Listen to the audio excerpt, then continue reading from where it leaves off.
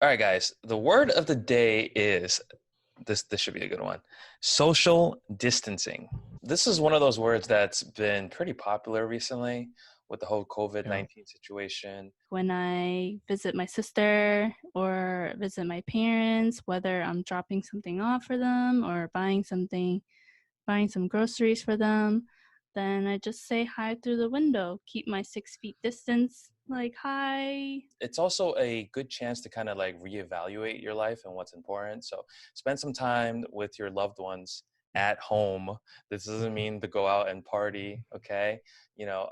Make sure you're being thoughtful of not just for your family, but the people in our community. With all this uncertainty, all this negativity, we wanted to focus more on positivity. We are starting a GoFundMe campaign supporting the Share Our Strength No Kid Hungry campaign. So if you guys want to help us, it would mean a lot to us. We have a link for the GoFundMe. Please click on it, donate what you can. And Annie designed new 6 feet away merch. Starting today to the end of April, April 30th, 100% of the profit is going to be going towards Share Our Strength and the No Kid Hungry campaign. Thank you guys very much for your support. Thank you. Yes. Yep. Thank you. Help us feed hungry kids. All right, let's roll that intro music. It's the Jeff and Annie and James Ridiculous Show. All right, we're live in 3, 2, 1, action. Welcome to the Redonkulous Podcast. This is season 2, episode 10. Today we have a very, very special episode. We have a great guest lined up for you guys today, and I can't wait to get started. Before that, let me plug our socials. We are on Instagram, we are on Facebook, we are on YouTube, we are on Apple Podcasts, Google Podcasts, and Spotify as Redonkulous Podcast. Don't forget to check us out there. All right. So let's get to the meat and potatoes. Today we have a very special guest. We go way back. I've known this guy since junior high school. Actually, I've known his twin brother since junior high school. We actually didn't meet till a little bit later, but I love this guy. This guy has tremendous energy. He's always very, very positive. The guest that we have on, his name is Jason. He's a great guy. Please, guys, help me welcome Jason Harris. Welcome, Jason. Welcome. Hey, so happy to be here. First off, thank you guys so much for having me on. I really appreciate this. It's an honor. Jeff, Annie, James, you guys are such good people. You guys also have great vibes and really are inspiring the people around this planet to be happier and healthier. And this podcast seems like it's going to be a bunch of fun. So my name is Jason. I'm a New York native. My work background is in yoga and fitness, and I have a huge love for the planet, for the environment. So I tend to grow a lot of food using aeroponic grow systems.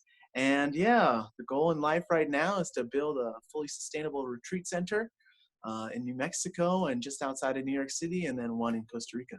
So that's the goals right now. You just came back from Costa Rica. Like, how is that? Is it crazy with the whole coronavirus? Out there, it was chill. It was more nerve-wracking on the plane going out there. But I think once everyone landed in Costa Rica, they just tossed off their masks, tossed off their gloves. They're like, oh, we're good. Nice. But it was an amazing trip. That was my 4th time down there, actually. This was actually the first time I didn't go with other people. So the first time I went with friends. Second time was my first yoga retreat.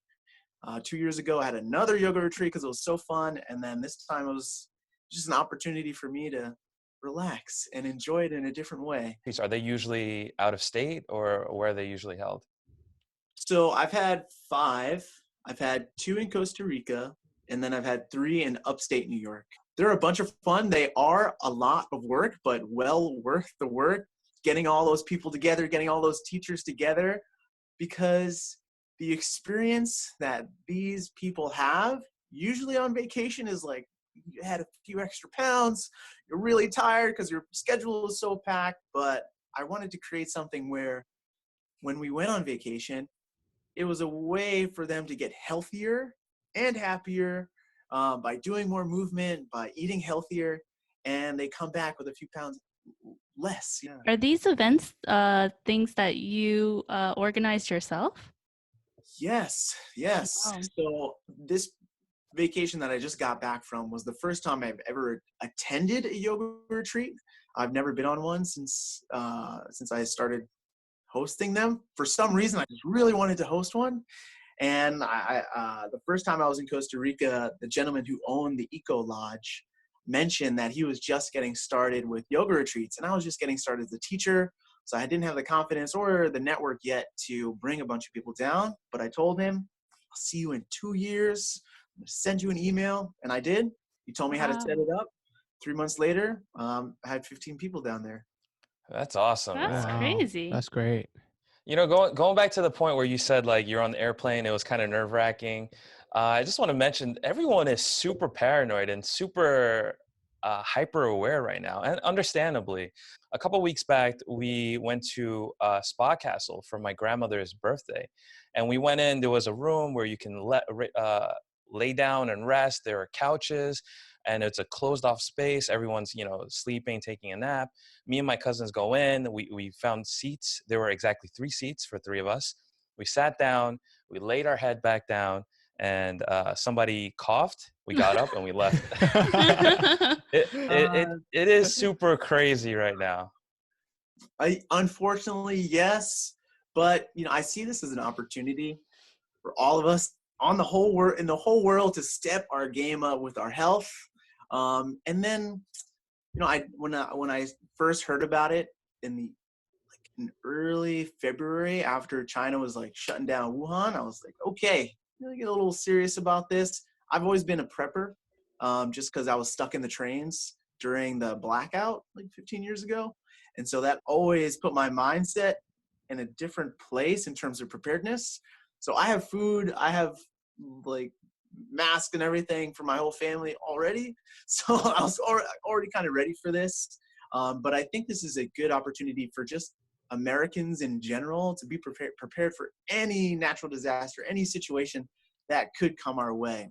We will get through this. It's going to suck for a couple months because of the, you know, home quarantine, but I got books and I want to learn Spanish, and I'm going to get super I seen that. Yeah. One of the posts I've seen on Instagram, like you just have books, and then it was like, I can't stop buying books or something. I saw your stack of books. That was pretty awesome. I'm actually learning Spanish too, so we'll learn together.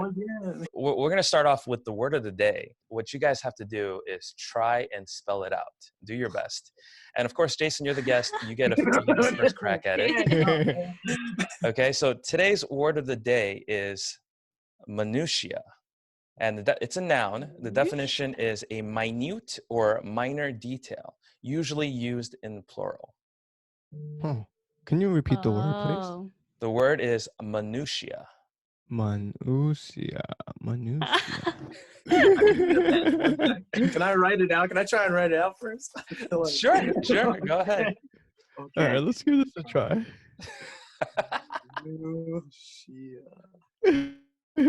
Okay. I think we're gonna go with it right now. Yeah, what you got? Okay.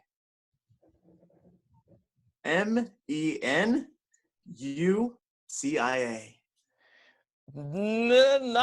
Nope. But nice try. All right, let's throw it over. Who wants to go first? I'll go first. Sure. All right, I have MANUCIA. Nope. All right, Annie, let's go. Bring it home.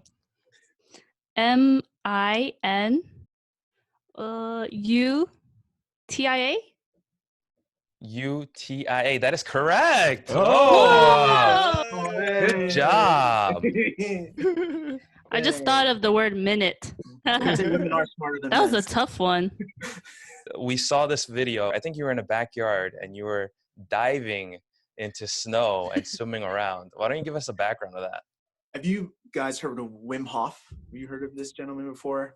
He's called the Iceman. He has the world record for the longest underwater swim in Antarctica. So he cut a hole in the ice. He dived under, swim maybe 50 yards. He lost his eyesight, but I am not level at all, just for a small amount of time because your eyes start to freeze and everything. But I'm not at that level at all. But Wim Hof talks about how using cold therapy is a way to connect with nature, and you can find a different sort of power within you that you never knew you had before through different breathing techniques. And I had the opportunity to dive into huge banks of snow. I thought, hey, why not? Why not train my mind and body a little bit more and step outside the box and record a fun video? So, Do you still do that? You still do some cold weather training? I was gonna do it this winter, but we didn't really have much snow. No. Yeah. So really, we had like 1 inch, and that was not enough to do a dive. Yeah. But whenever I go to, it's been a while since I've been to Spa Castle, but I know they have a cold pool or like a cool pool. I do enjoy doing like a back and forth where you go into the cold water. And That's what I was going to ask you. I know some people, and when I went to Asia, especially in Asia, when you go to these sauna places, right? A lot of people do that. Like they go from very hot to very cold and then to very hot again. Like, is that good for your body? So the science around it is you're not up in the air, but what I've heard is that it helps to move the blood flow through your body in a different way. So when you hop into the cold water, all the blood moves from your limbs into your torso. And that is a way to, let the blood flow really circulate closer to the heart. And then you hop back into the warm water and then it pushes the blood outward. So I think that pushing the blood in and out of the body is just a way to get the blood moving. Definitely, I wouldn't be surprised to bring around more healing properties. A lot of athletes, they do cryotherapy. I've done it myself. And I bought, when there was two sessions on Groupon, I bought it. And I'll tell you, it was fun, but I still have not gone back for my second session. I haven't tried it yet, unfortunately. I haven't had the opportunity to do it. I've seen other people try the cryotherapy, but personally, I wouldn't add it to my repertoire just because it's kind of tricky to get to. You're going all the way to this one place just to do cryotherapy for a little bit. It's like, just buy a bag of ice and toss it in the tub for a little and try it that way. But I think it's the same properties, but at a much colder temperature in a different way. It's air temperature instead of liquid temperature, liquid cold. There was this video of you on Instagram where you were trying out a new core exercise and you were just swinging something around. Where do you get your inspiration to try new routines or new workouts? In that Instagram video, I was swinging a steel mace. I learned that technique from a gentleman called Navi Aguilar on Functional Patterns. Yep, that's the video. No, that's Steel Club. Excuse me, Steel Club. I recognized in the beginning of my fitness career that our bodies move in a particular way, and running is our most optimal, form of movement. Of all animals in the world, like humans, we run the best. All animals. And that's because we're able to swing our limbs in unison.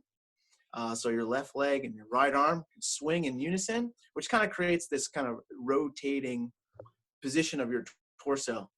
And that little pendulum swing using your arms and legs is what makes us really different from a lot of creatures on the planet.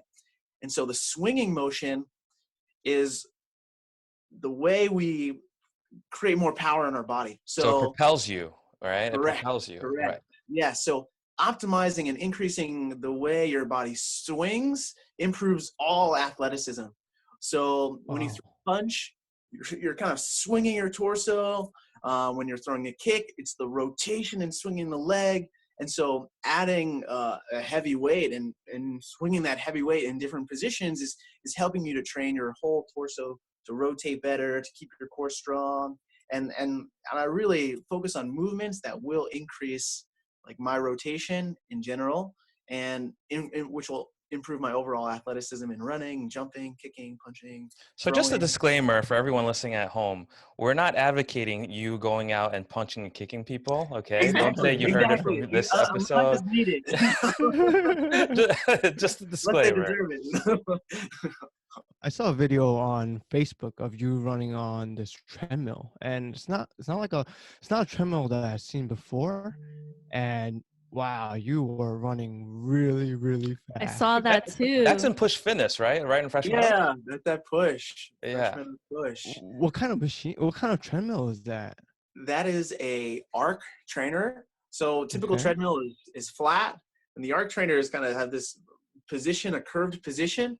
And if you can imagine it as like a rat wheel. Yeah. So you don't turn it on. You just start walking, and it's similar to a rat wheel. It's just like half a circle. So you use your own momentum to get it going, which is great because I feel that with a treadmill, I was never a big fan of treadmills until I saw this style. With the treadmill, it pulls you along. So even if your form starts to deteriorate, you still got to run, and it pulls you along. Compared to this treadmill where you have to push it yourself. So instead of you kind of falling into the mat and trying to catch yourself as it slides from underneath you, this you have to push the treadmill back with your feet. And that actually helps to engage your your glutes and your hamstrings more, and it's a more functional position, is more like running outside because you're propelling yourself forward. So Oh, that's Mhm. cool. I mean, I correct. saw that video too. I was just under an assumption that you were so strong that you somehow broke the treadmill or something. I was like, wow, that's pretty cool. I try, but I don't think I can. Yeah, I mean, it's crazy how that machine just adjusts to how much you push and how fast you run. You slow down, the machine slows down, and Exactly. yeah, that was amazing to watch.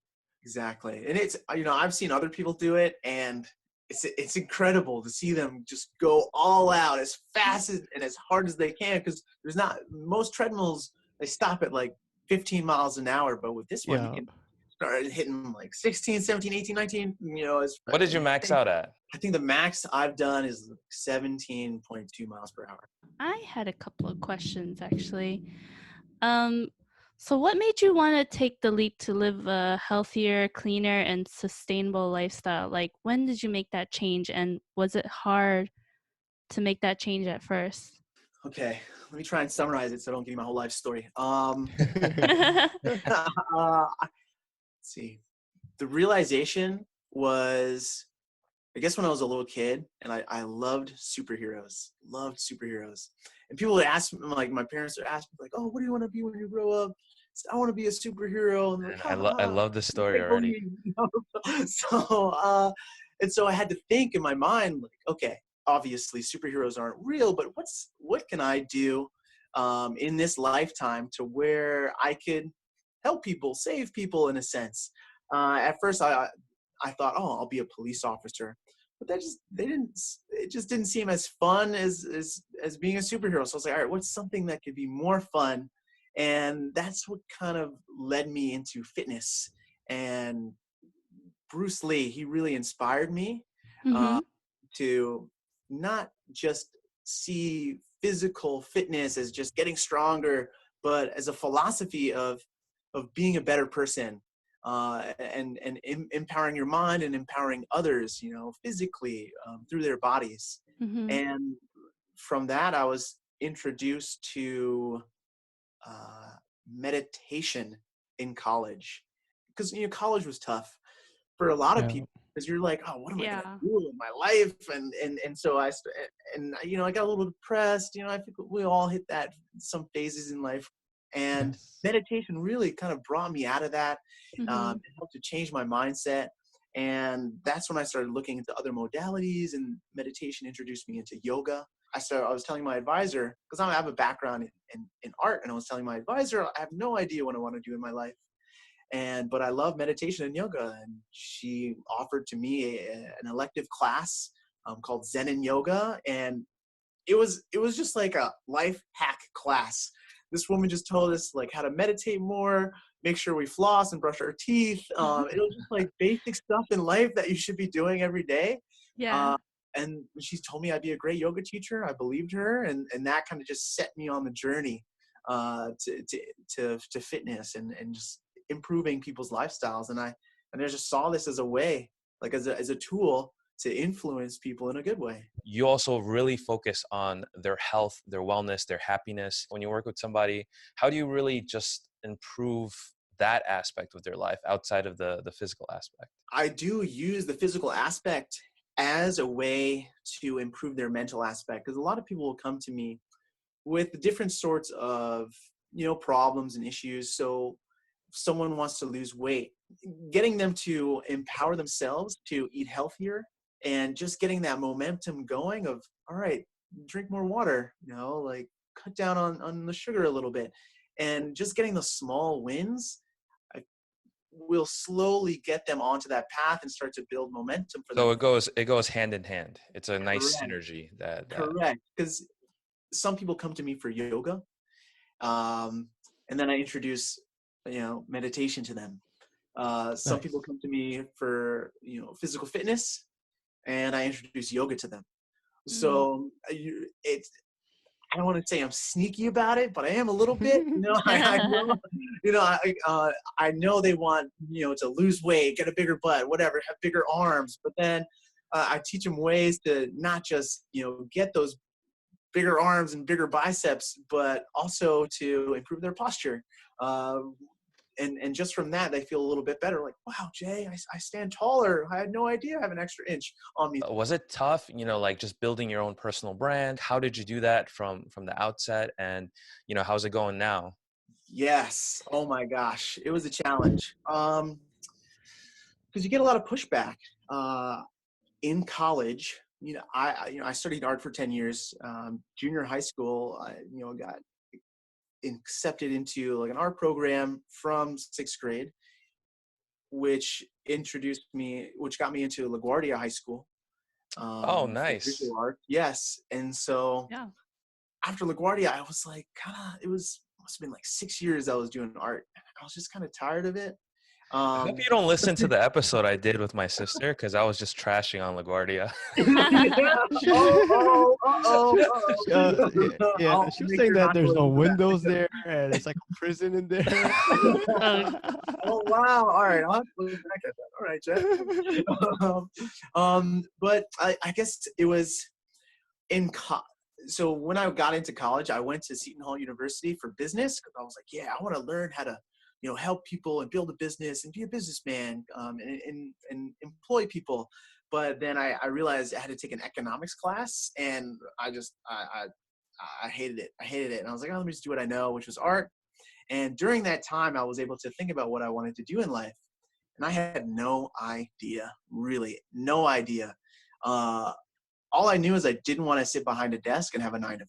That was it. I started with what I hated. I was like, I just don't want to sit behind a desk all day. And then luckily, my yoga teacher introduced me to yoga and inspired me. She told me I'd be a good yoga teacher, and I just, lucky enough, I believed her. And outside of college, I just wanted to help people. I was like, I just really want to help people. Like, as soon as I graduated, I had no idea what I wanted to do. So I found a job with Greenpeace. It's the largest environmental organization in the world. If you in New York City and you're walking on the street and those really smiley people who stop you, like, hey, you care about your planet? Hey, like It's I was one of Jason. those people. That was me. Okay, that was me. It was one of the hardest jobs I had in my whole life. But I got fired because I wasn't signing up enough people. But that was okay. I couldn't handle the no's anymore, and people telling me to go F myself and F the planet. I was like, oh my gosh, I know. Wow, no Everything's good. so harsh. But so I was just running the streets. Honestly, as soon as that job ended, I was just running the streets, like just finishing up my yoga certification. And I started attending a senior citizen yoga class. I was the youngest person in there by 30 years, sitting in the back because I was like lifting really heavy and running like 2 hours a day. But I love the super, super gentle yoga because that's how my yoga teacher in college taught me. And the instructor, came to me one day. She said, "You really like yoga?" I was like, "Yeah, I love it. I love it." And she's like, she was 89, and Dang. and now she's 93 now, and so she asked me to sub for her. I was like, I'm not finished with my cert yet. Like, I can't really sub. She's like, "Don't worry about it. Like, it'll be fine." Nice. Started subbing that class, and after it finished, the director came to me. He's like, "Hey, the people loved it. You want to teach other classes?" Like, sure. And that's kind of how my career started rolling. They gave me 5 classes. I just didn't say no. Like, Nice. it was, it's the YMCA, so you don't get paid a ton, but the people there are amazing, and I would work for free if I could. Because of the sales background that I had, I just walked into a gym one day and I was like, "Hey, like, I have a sales background.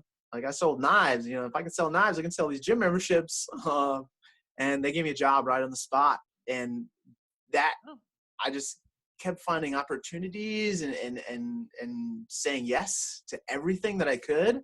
And I got to a point where I was doing 15 classes a week and Nice. teaching 50 hours of one-on-one clients at the gym, because one day a woman, our yoga teacher at that gym that I was working the front desk at, didn't show up. They're like, "We need a yoga teacher." I was like, "What?" Mhm. And so, like, from there, I got that class, and then shifted from the front desk to personal training after I got like a cert online for $40. I have a better cert now, but they didn't care. They're like, "Oh, you can do it. You don't hurt anybody. Great. Here you go." And so, like, they just kept filling me up, and I was working 7 days a week. In my mind, I know that you're saying yoga teacher, but Yeah. I keep hearing yogurt teacher, and Yogurt teacher, you're making me hungry. coconut yogurt teacher. Yeah. That's how you Don't kind of like started building your brand, right? correct. And And that's when I from there. And then after that, it was just, I could start to say no to people. I could start to say no on the weekends after I had that, like that full schedule. Then I could pick and choose which clients that I wanted. And then over time, I just started, shifting into an area where I felt better, because at a point I was doing like that many hours. I wasn't getting much sleep, and I was crashing, and so I knew I needed to, how long figure were out a you doing way. this? Like the 15 classes? Like, were you doing it for like a year and a half? I Like, was doing the 15 classes for really 2 or 3 years. Wow. Long Um, time. but it was the clients. Like, there was a big peak. It was one winter. I remember one sales manager, because I wasn't selling. I wasn't on the floor selling clients. We had a sales manager who loaded us up. So I had one sales manager who was like, "Jay, you're great. Like, I'm just gonna give you all the broken people." Because I just didn't hurt anyone. I just didn't hurt anyone. I was just, because my yoga teacher was super gentle, so I became the super gentle yoga teacher. And I was like, "Oh, it hurts, don't do it." Um, and and so from there, they just kept loading me up until I literally couldn't take any more people. Then I started to, like, all right, I'm not working weekends anymore. Or I told my clients, like, "Hey, I just need to stop working weekends for a little bit just to recover." I remember one client being like, "You're never going to work weekends again." It's like, "What? No. I've never worked weekends again." kids, you heard it here first. Don't say no, and don't break anybody, and you'll be in a good spot. Exactly. I was gonna say, so you're a super gentle yoga teacher. That sounds like something that I would sign up for, because I've taken yoga classes where I feel so forced to like be in a certain pose for a certain amount of time, and sometimes like my muscles are just like giving out, and I'm like, okay, I can't do this anymore. And I'm just like, no. 100%. Yeah. I think it's also it's kind of a Western thing. Like, the yoga in India, I hear, is way more relaxed and chilled out, and people are just like, "Yeah, let's Yeah, just I do yoga wasn't relaxed together." at all. I was Yeah. like so stressed out. And here we use it to, like, get us sweat and, like, and kill each other. Because I've been to a yoga class, not to say Equinox is a bad place and there are bad teachers in Equinox or bad people in Equinox. I love Equinox, it's great, but I took a yoga class there. And at the end of the class, you lay down in Shavasana at the end, to Hmm. relax and Yeah. reconnect with your body. And the teacher said, "So remember, if you're leaving, to walk like a cat so you don't disturb anybody. I was like, Meow. I was like, it blew my mind that more than half the class left. I was like, you're missing the best part. Yes. Yeah, it's just a different kind of culture. And my yoga teacher who certified me, she's been teaching it for over 35 years. And so she has such a wide range of experience that really connected to me, because I thought to myself, it's easier to make a hard class because you can beat anybody up. Just do a huge flow and ton of push-ups and fine. But to make an easy class, I think is a lot harder. And at the YMCA, I would get a senior in the front who has a knee problem, and then like a young athlete in the back. And so I love those opportunities because it challenged me to figure out different variations to where I can give them both a great class. And they Oh, so you actually adjust your class? Like, that's so cool, dude. That's very cool. Jeff, let's go. All right, I got no choice. I guess we're going. Let's go. I took yoga in high school. I went to Brooklyn Technical High School. I took yoga, and the two reasons why. Number one, because a lot of people told me that you could sleep through it, which I did. I slept through, the class. And then the second reason was because it was a majority girls. So got to meet a lot of people. It was a good time. But I'll tell you, like, this is during like 8th period or 9th period. It was at the end of my day. And I don't even know if I did it myself, but there are some times during class where I hear like snoring. That is when I know I had a great class. Oh, really? Fall asleep at the end I of would class. love that. Yeah. I know. I was like, yes. That's the indicator? That's the indicator. Because like I've gotten them relaxed enough to where they can even literally fall asleep flat on their backs on a mat. Yes. Yeah, Oh, wow. I took a couple classes too in the city, and like by the end of the class, and we're just laying down with our eyes closed, relaxing, and then they hit the bell, the The gong, gong. the gong, and man, that gong just like vibrates in your body and just relaxes you. Yes. And Yeah. it's such a great feeling. You feel it really- circulating throughout your whole body, like it's just Exactly. in and out your ears. I also wanted to share a video that you posted on Facebook. It's from your chair yoga student Nancy. And that video was so touching and moving, and really appreciate what you do. And let me just show the video real quick. There you go. Oh, Oh, yeah. cool. There's no audio. Oh, there's no audio. No. Okay, all right. I'll stop sharing it. That chair yoga class. Yes. So my late great uncle, he was brought to that Flushing House retirement center. And I love seniors. I love and it was my late grandpa's brother. So anytime I get a chance to go visit him, I would. And as I was visiting him one day, I heard they had a chair yoga teacher. So I just went to the director. And I was like, hey, if you need another chair yoga teacher, let me know. And she's like, yeah, we do actually. She's going away for 12 weeks. Can you sub? Like, yes. So I moved my schedule around just so that I can teach that class, because it also gave me another opportunity to be with my great uncle and to force him to come to yoga classes and stuff. Nice. So because I was teaching, and yeah, they asked me to come back full time, and I taught my first class there full time maybe about almost a year ago. It's been so amazing just to be able to provide them with just more energy. Like being a young person, I feel like it's so important that we still connect with our elders, because they have so much wisdom. They still have so much light, and I almost see them as children. I just want to go there and hug them and take care of them. And so Nancy has been attending my class almost since the beginning, and I don't know if they're just being sweet, but they always give me just such glowing reviews. And I think it's just because I really, really, really want to help them. I really, really want to make sure it's a good, entertaining, energetic class, that like gets them moving. She was just giving me glowing reviews on how she can just see how much I love it, see how much I enjoy it. And yeah, we have 40 people almost every time. And it's a blast. It's a blast. Like my oldest student was 108 years old. I don't think they're just being nice. I think they really mean it. From that Yeah. video, man, it was very touching.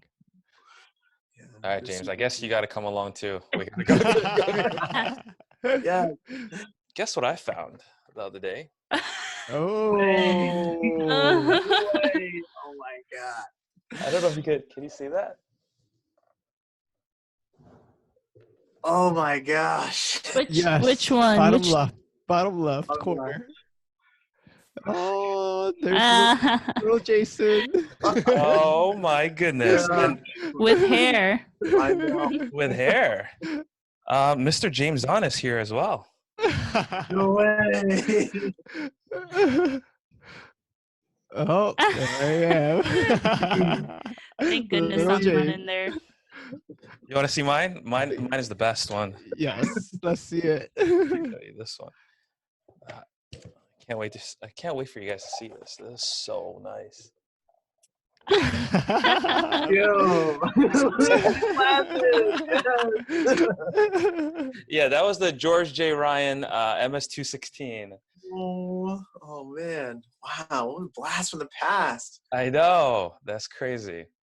It's so great that we're still connected though. It's amazing. Yeah. With that being said, let's get into 2 truths, 1 lie. What do you have for us, Jason? All right. So outside of college, this is the first one. Outside of college, I had dabbled in a lot of different jobs.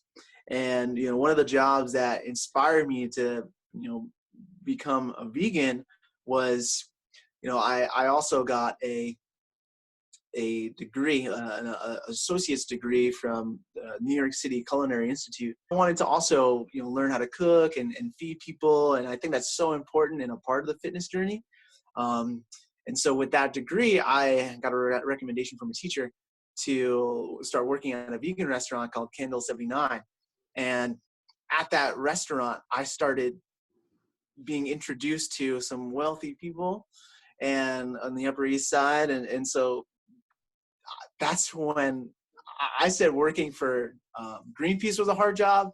But when I started being a home chef for some rich people on the Upper East Side, that was probably the hardest job I've ever had. Just, waking up at 4 a.m. and like having to, show up at their house with food from all the shopping on the weekend and like with like little nicks in my fingers and having trouble touching doors. Yeah, that was probably the second or first hardest job I ever had. Was it very well paid though? For the hours, no. Like, it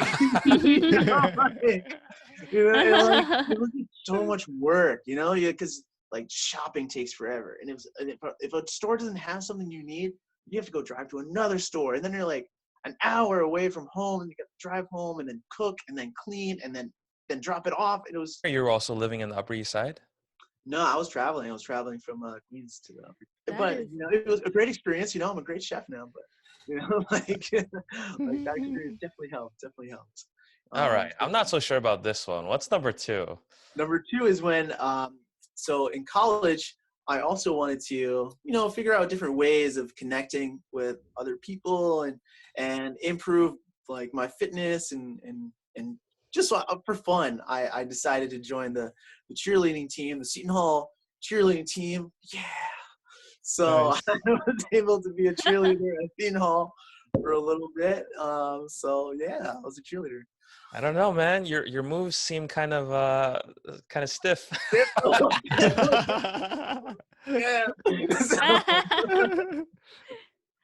What's the third one? The third one is so I've always, ever since I was a little kid, I loved running barefoot, and my parents always had a hard time keeping shoes on me. And so as I got older, I realized that there was these funky toe shoes that you can rock, where each toe goes into each. Yes. What are those called? There's a name for that. What is it? Vibram 5 fingers. Yes. 5 fingers. So, okay.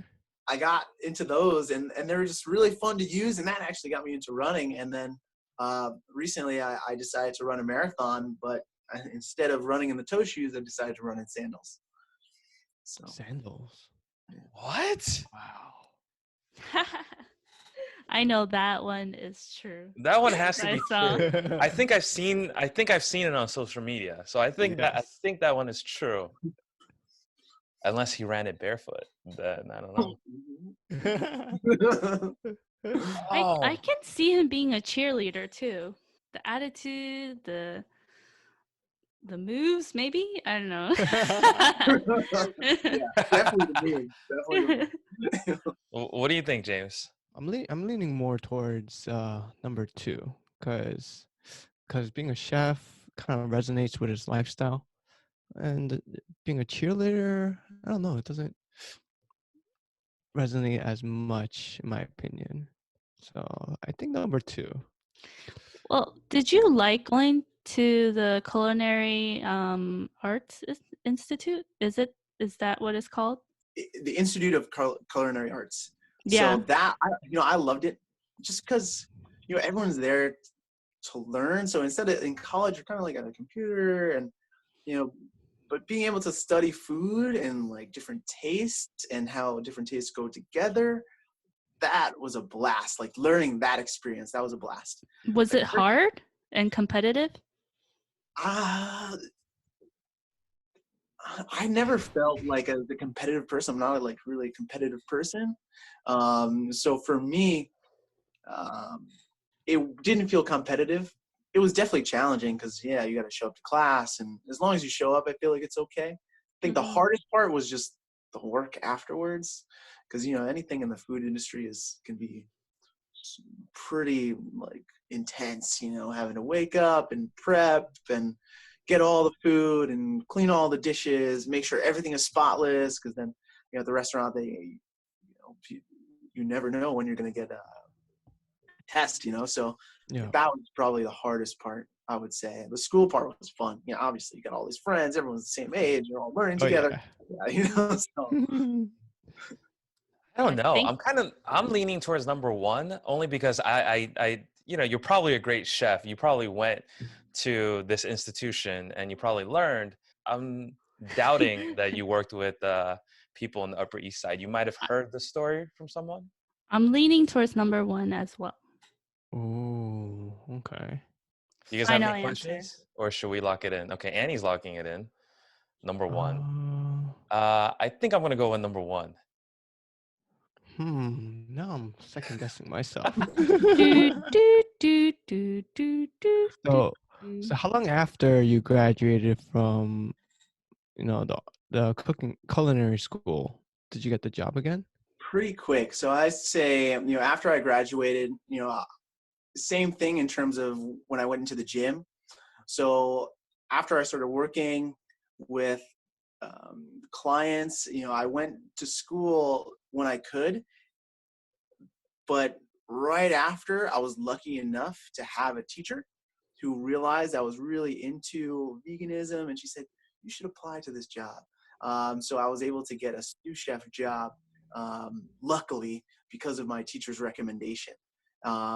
So that was it was pretty quick. So I graduated 2014, and then probably like that fall, I was able to start working at the Kindle 79. All right, James, time to lock it in. I'm gonna go with number 1. Watch it be number 3. That would be the funny. Watch it be number 3. All right, Jason, we're all going number 1. All in. The lie. So the lie is number 1. Yes! Should have got my backstory a little better. James, I want to know what pushed you over when you decided to choose number 1. Yeah, like Jason said, his backstory was a little off, and it was kind of iffy, and maybe switch. I never went to culinary school. I never. Oh, wow. So we knew something was fishy. We just didn't know what it was. The whole thing was made up. Yeah. Wow. When I was getting nervous. You were throwing 2014 in there, and in the fall, I was just like, oh man, it's not number one. Good job, you guys. How was it? How was it running in sandals? I've always run in minimalist shoes. My brother in college, he just sent me a text message or an email. He's like, yo, check out these shoes. I feel like you'd really think they were cool. I thought they were super cool. They're just toe shoes. And then you could see your toes. And I felt like a ninja, you know? And so I slipped them on. And I just started going to the track and just doing sprints in them. And like, my calves got bigger and stronger. I was like, ooh, What the okay. heck? Nice. Yeah. So then I started lifting in them, and they were like my go-to fitness shoes. And then my brother ran the New York City Marathon in them like 6 years ago. Wow. Go Ian. Drex, my older brother. So I have a twin brother and an older brother. Oh, okay. Okay. So, and then I was inspired. You know what? It was the toe shoes. Unfortunately, they stink so bad. Because you have to wear like special socks with them, and if you don't wear the socks with them, like stink so bad. Didn't read this book. I heard about this book, Born to Run, and it described a tribe in Mexico where almost everyone, is a runner, like a marathon runner, and even the seniors can run ultra marathons. So it's like 50 miles in a day. Holy moly. It's Wow. a part of their culture. And so they make these sandals out of tires and just leather rope. Just literally just cut the shape of their foot out of the tire, and then tie a leather rope to it. And like, this is after like many years of them using other materials. We just found the tire to be, it just lasted longer. I made my first pair many years ago. You made it? You know what? Let me grab it 1 second. What? That's insane. Wait. That's what I saw on social media too. That's why I wanted to ask him. Yeah, he was gonna say that, you know, he bought a pair, but wow, is that the one that you ran the marathon?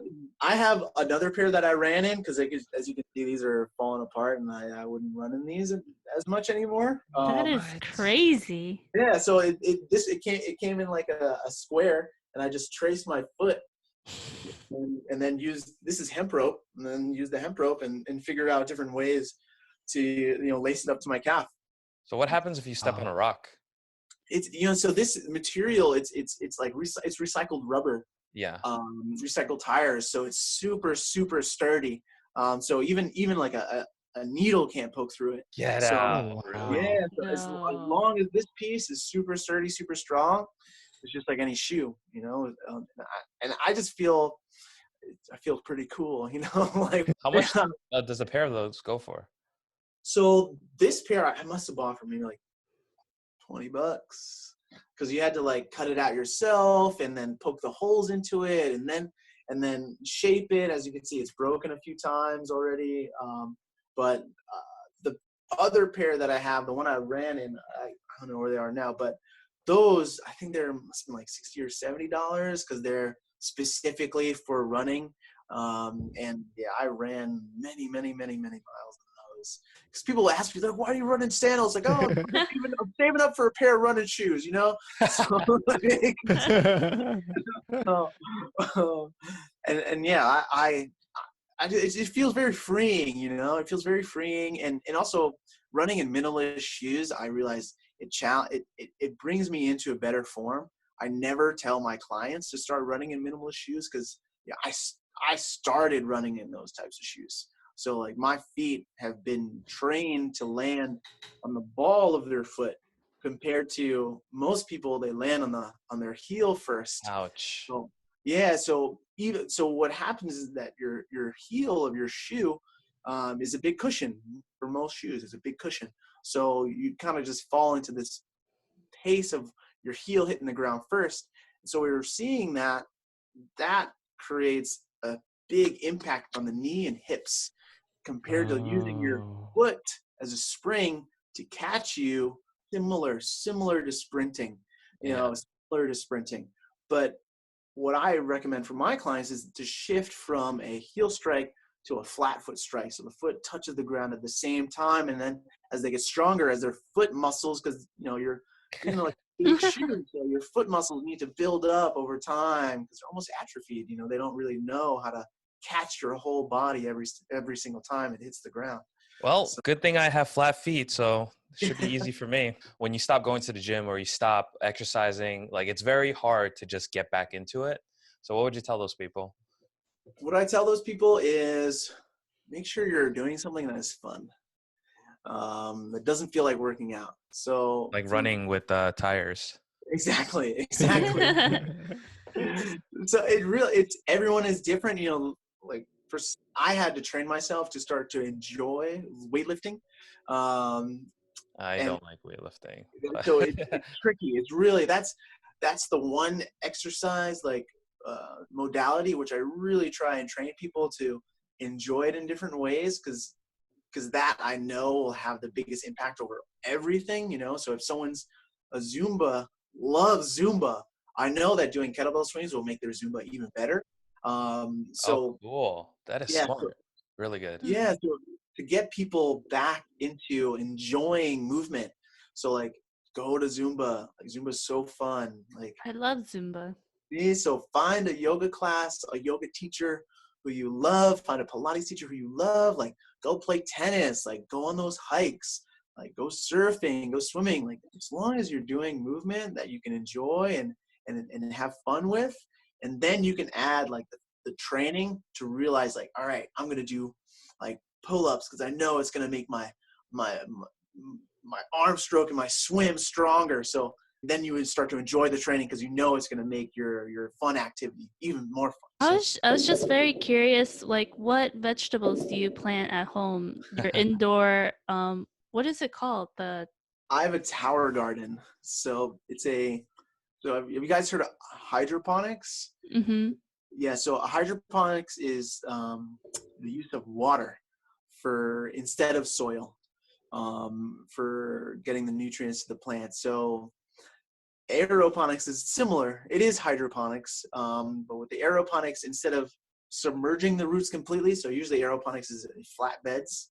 Hydroponics is usually flat beds and you submerge the roots completely. With aeroponics, it's usually spraying or dripping the roots with water. So it makes it a little easier for the roots to absorb the water. And then you just add the nutrients to the water. In my tower garden, which is a hydroponic system, at the bottom there is a reservoir of 20 gallons, and I add the nutrients under the reservoir. A little fish pump pumps the water up to the top, and it sprinkles down on the inside. What the heck? Yeah, and it points out to the sides, and yeah, that. All right, we're coming over. Yeah. I love it so much. And what I'm growing right now is spinach, lettuce, kale, sorrel, which is like a type of leafy green, cabbage, and yeah, because these types of plants do well in cooler weather since the winter. And so That's I have crazy. You don't need to fight with people at Costco. I know, that is amazing. I would be really amazed if you tell me right now you grow and make your own toilet paper. I would not even be surprised. I have a bidet, man. That's it. You don't know worry about that. Yeah, I think I'm gonna look into this and get my mom one because my mom loves plants and it's like her children and she like nurtures and cares for it every day. So if I were to get one, where can I get one and what companies do you recommend? So I partnered with a company a couple of years ago, almost 5 years ago, because I met a woman at a business networking group and she showed me a picture of the tower garden. And that it blew my mind. It really blew my mind, Yes. the technology, because I tried to build my own hydroponic system and failed miserably.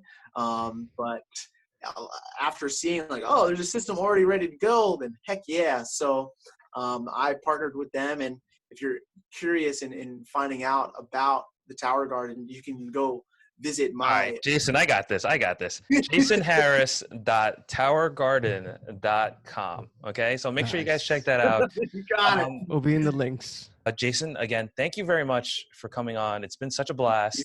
Don't say no to anything. Always say yes. Yes. One day I'm hoping that you can come on again, and then we'll talk about like vegetarianism and veganism. All that stuff. Yes. Thank you guys Yeah. so much for having me. It was such a blast. Yeah, so check out Jason Harris. He's on Instagram, on Facebook. His handle is Spirit Training. That's 2 T's. Spirit, SPIRITTRAINING. Spirit Training. So check him out. And Jason, any final words? Anything else you want to plug? Maybe you want to share? Just have fun. Have fun. Really, like that's the most important thing to do right now. All right. Awesome. Thanks again for coming on. And you guys, make sure you check out Jason Harris. I love this guy. I love his positivity. He's such an inspirational guy. You have to go check it out. All right. So that's it for us. And thank you guys for tuning in. And don't forget, stay redonkulous. Ridiculous. Thank you, Jason. Thank you Bye. guys. Thank Take care, you. everyone. All right.